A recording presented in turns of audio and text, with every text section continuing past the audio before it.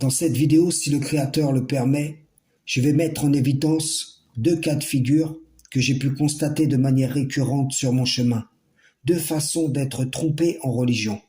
La première concerne ces traditionalistes qui deviennent coranistes et qui pour la plupart restent exactement les mêmes personnes au fond.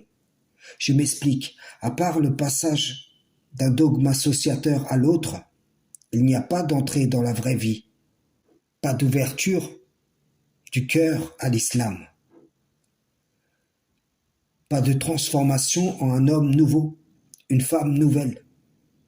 Ce qu'il ou elle était à partir des positions sunnites, il ou elle l'est toujours à partir des positions coranistes.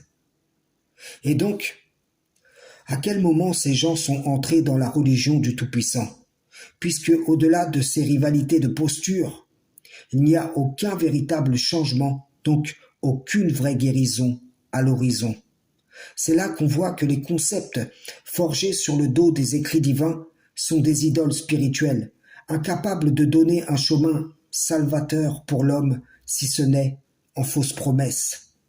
Des idoles qui s'approprient les informations des révélations pour en exulter et entrer par elles en rivalité.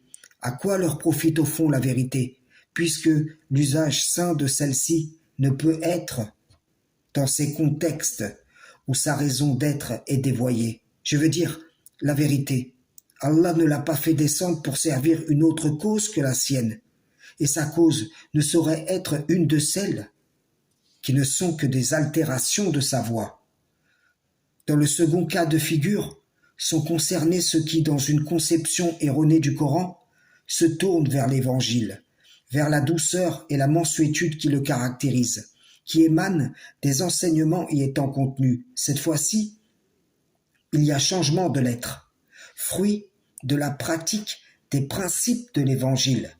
Mais à quoi ces changements serviront-ils à ceux qui, en se tournant vers cette part de l'Écriture, adoptent un concept qui fait d'un homme une divinité, de la divinité une trinité, d'une grâce délimitée une grâce illimitée, qui s'approprie une promesse divine pour la reformuler en tromperie, bernant des générations d'hommes jusqu'à nos jours. Voici donc deux ruses. La première est un simple changement de conception de l'écriture sans changement de l'être. Donc, une réforme de forme. Et la seconde, un changement de l'être, rendu vain par une adhérence à des principes formant un concept trompeur. Frères et sœurs en islam, salam, shalom.